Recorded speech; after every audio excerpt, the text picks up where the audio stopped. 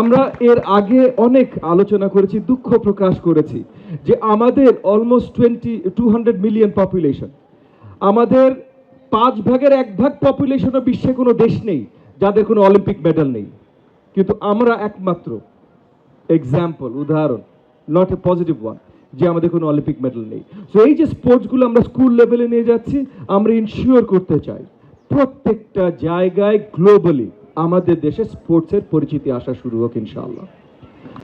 আপনারা জেনে খুশি হবেন, আমরা প্রাইমারি স্কুল থেকে পুরো দেশব্যাপী স্পোর্টসের ব্যবস্থা করছি। সো ক্লাস 4-5 থেকে ক্রিকেট, ফুটবল, ব্যাডমিন্টন, এরকম 7টা খেলা আমরা কম্পালসারি করছি ক্লাস 4-5 থেকে।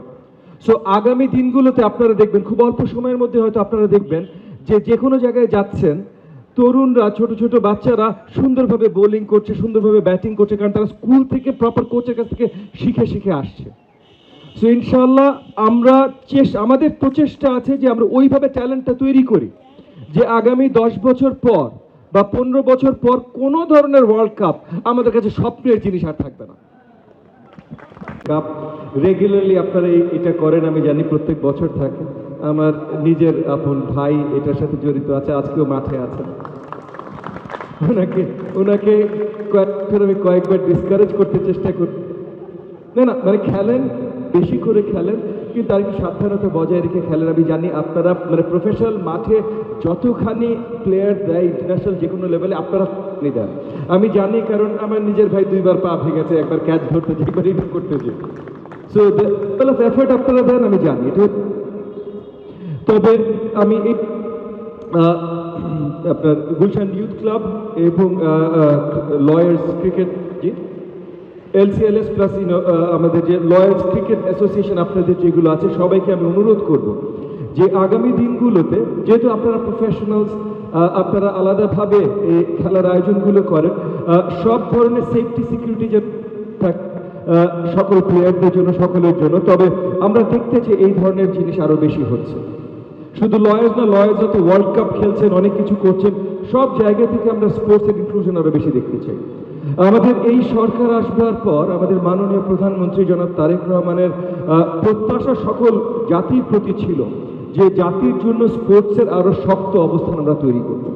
একই সাথে এগেন আজকে আপনাদের খেলার মাঝখানে আমরা আপনাদের উদ্বোধনী অনুষ্ঠান হচ্ছে, ছোট দু একটা কথা তবুও বলে রাখি।